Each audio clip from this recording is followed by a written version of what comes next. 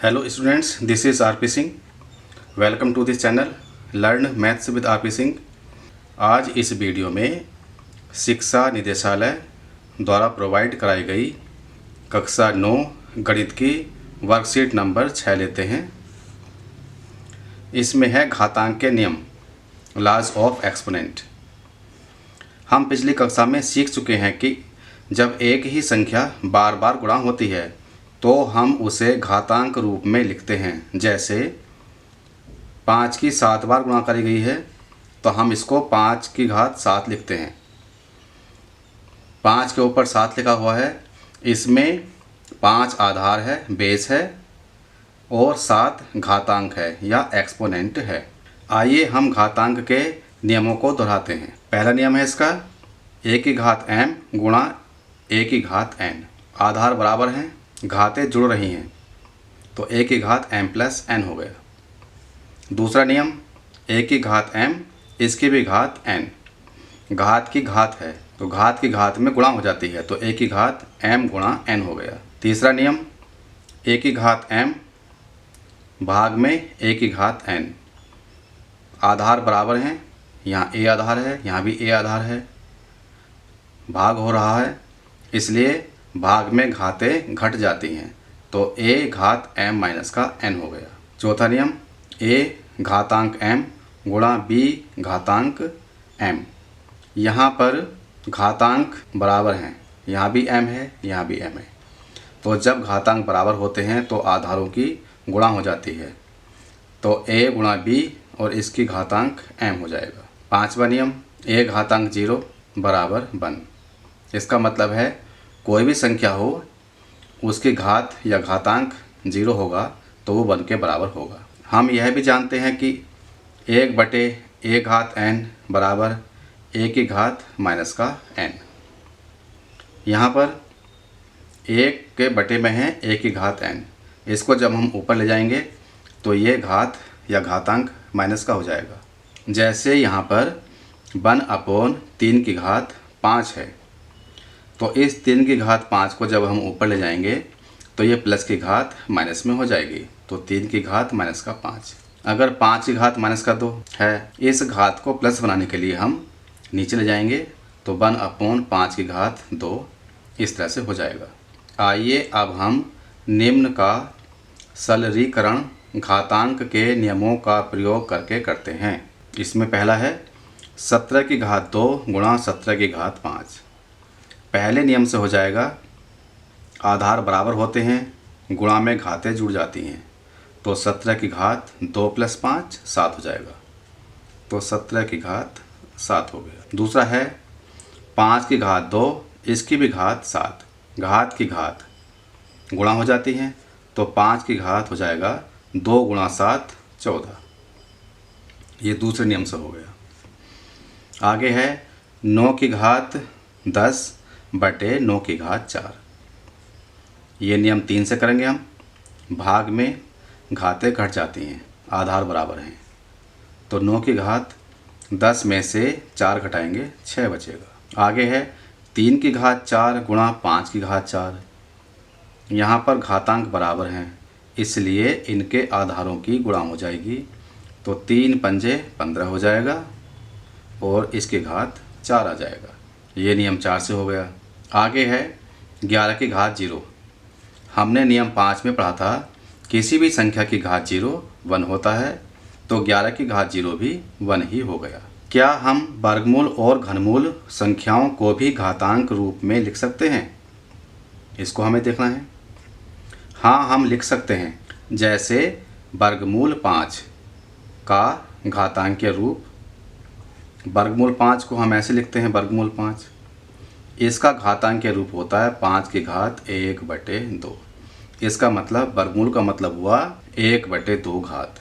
इसी तरह से घनमूल 5, तो घनमूल 5 को यहाँ पर हम 3 लिखते हैं और 5 यहाँ पर, तो इसको हम 5 की घात 1/3 लिखते हैं।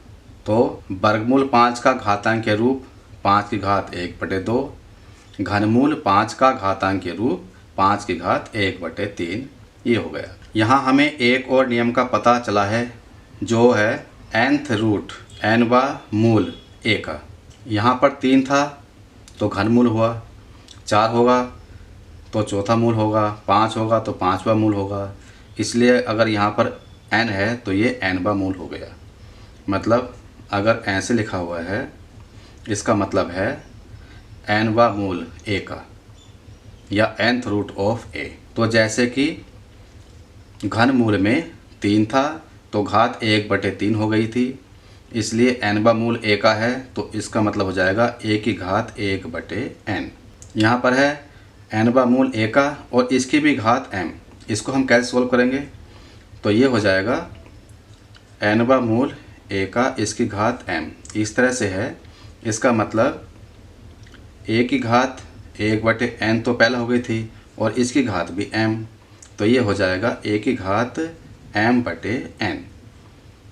घात की घात गुणा हो जाती है जैसा कि हम पढ़ चुके हैं।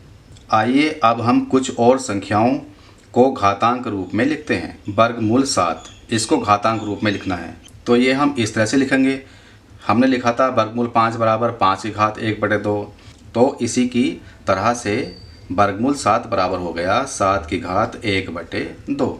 घनमूल 11 तो इसको हम लिखेंगे घनमूल 5 की तरह से, 5 की घात 1/3 हो गया था तो ये हो जाएगा 11 की घात 1/3। आगे है वर्गमूल 5 इसकी घात 3 है तो इसको हम कर सकते हैं वर्गमूल 5 का मतलब 5 की घात 1/2 और फिर इसकी घात 3, तो घात की घात गुणा हो जाएगी, 5 की घात 3/2 आ जाएगा, ये इसका आंसर होगा।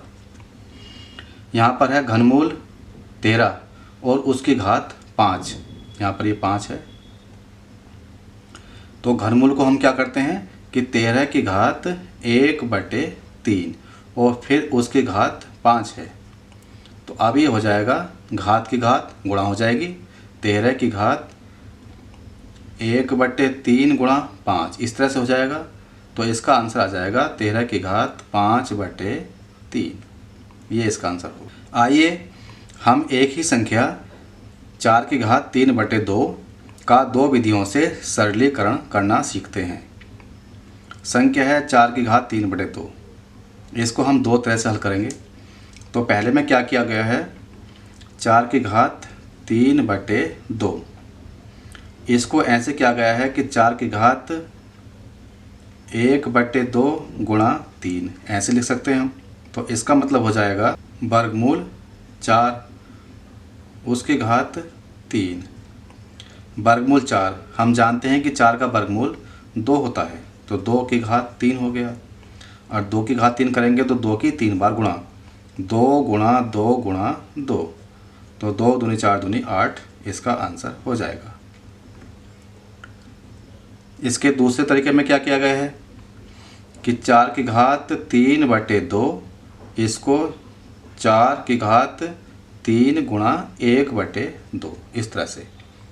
तो पहले हम 4 की घात 3 को सोल्व करेंगे तो 4 गुणा 4 गुणा 4 हो जाएगा और इसकी घात 1/2, तो ये हो जाएगा 4 चौक 16 चौका 64 64 और इसकी घात 1/2, मतलब 64 का वर्गमूल, और 64 का वर्गमूल 8 होता है, ये इसका आंसर हो गया। तो हम इस तरह से सोल्व कर सकते हैं। आइए हम कुछ और सवालों को घातांक के नियमों का प्रयोग कर सरल करते हैं। 2 की घात 2/3 गुणा 2 की घात 1/3, आधार बराबर हैं, 2 यहाँ पर है 2 यहाँ पर है तो आधार वही रहेगा, घातें जुड़ जाएंगी। तो 2/3 प्लस 1/3 इसको हल करेंगे, 2/3 प्लस 1/3 दोनों के हर बराबर हैं, एलसीएम 3 हो गया तो ऊपर 2 प्लस 1 आ जाएगा, 2 प्लस 1 3/3 भाग करेंगे 1 आ जाएगा, तो ये हो जाएगा 2 की घात 1, 2 की घात 1 और 2 की घात 1 मतलब 2, इसका आंसर हो गया। यहाँ पर है 3 की घात 1/5 और उसकी घात फिर 4, तो घात की घात है गुणा हो जाएगी, तो 3 की घात 4/5 हो जाएगा, मतलब यहाँ पर 1/5 जो घात में है इसकी गुणा 4 में हो गई, तो तो ये आ गया 4/5, मतलब 3 की घात 4/5 हो गया।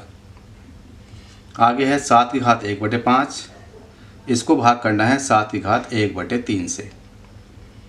तो भाग में घातें घट जाती हैं, 7 की घात 1/5 माइनस का 1/3 हो गया। तो 1/5 माइनस का 1/3 इसको हल करना है। इसको हल करने के लिए इनका एलसीएम 15 हो गया। 5 से भाग देंगे 15 को 3, 3 ही कम 3 आ गया, माइनस 3 से भाग किया 15 को 5, 5 की गुणा करेंगे 1 में तो 5 आ गया। तो 3 माइनस का 5 माइनस का 2/15, तो 7 की घात माइनस का 2/15 इसका आंसर हो गया। यहाँ है 13 की घात 1/5 गुणा 5 की घात 1/5। घातें बराबर हैं, आधारों की गुणा हो जाएगी, तो 13 गुणा 5 इसकी घात 1/5 आ जाएगा। 13 पंजे 65 हो गया, तो ये 65 और इसकी घात 1/5, ये इसका आंसर हो गया। अब आप प्रयास कीजिए, हमें ये सवाल करने हैं हल। 3 की घात 1/3 गुणा 3 की घात 2/3, तो जैसे ऊपर किया था वैसे ही करेंगे। 3 की घात 1/3 प्लस 2/3 हो जाएगा, तो 3 की घात ये 3, 1 प्लस 2 आ जाएगा, तो 3 की घात 3/3, 3 से 3 कैंसिल, 1 आ गया, तो 3 की घात 1, इसका मतलब 3, इसका आंसर हो गया। नेक्स्ट है 5 की घात 3, इसकी घात 1/5, घात की घात गुणा हो जाएंगी, तो 5 की घात 3 गुणा 1/5, तो 5 की घात 3 कम 3 और ये /5, ये इसका आंसर हो गया। यहाँ पर 5 की घात 2/5 है, इसको भाग किया गया है 5 की घात 1/5 से, तो भाग में घातें घट जाती हैं, तो 5 की घात 2/5 माइनस का 1/5, तो 5 की घात यहाँ भी 5 है, यहाँ ही 5 है, एलसीएम 5 ही हो गया, तो यहाँ 2 माइनस का 1 आ जाएगा, तो ये हो जाएगा 5 की घात 2 में से 1 गया 1/5, यही इसका आंसर होगा। नेक्स्ट है 2 की घात 1/9 गुणा 3 की घात 1/9। घात बराबर हैं, तो इनके आधार गुणा हो जाएंगे, तो 2 गुणा 3, इसकी घात आ जाएगी 1/9, तो 2 3 6, 6 की घात 1/9, ये इसका आंसर हो जाएगा। तो अगर ये वीडियो आपको अच्छी लगे तो इसको लाइक करें, फ्रेंड्स के साथ शेयर करें, चैनल को सब्सक्राइब करके बेल आइकन प्रेस कर लें, जिससे कि आगे जो भी वीडियो आ रही हैं वो सभी वीडियो आपको सबसे पहले मिल सके। Thank you, thanks for watching this video.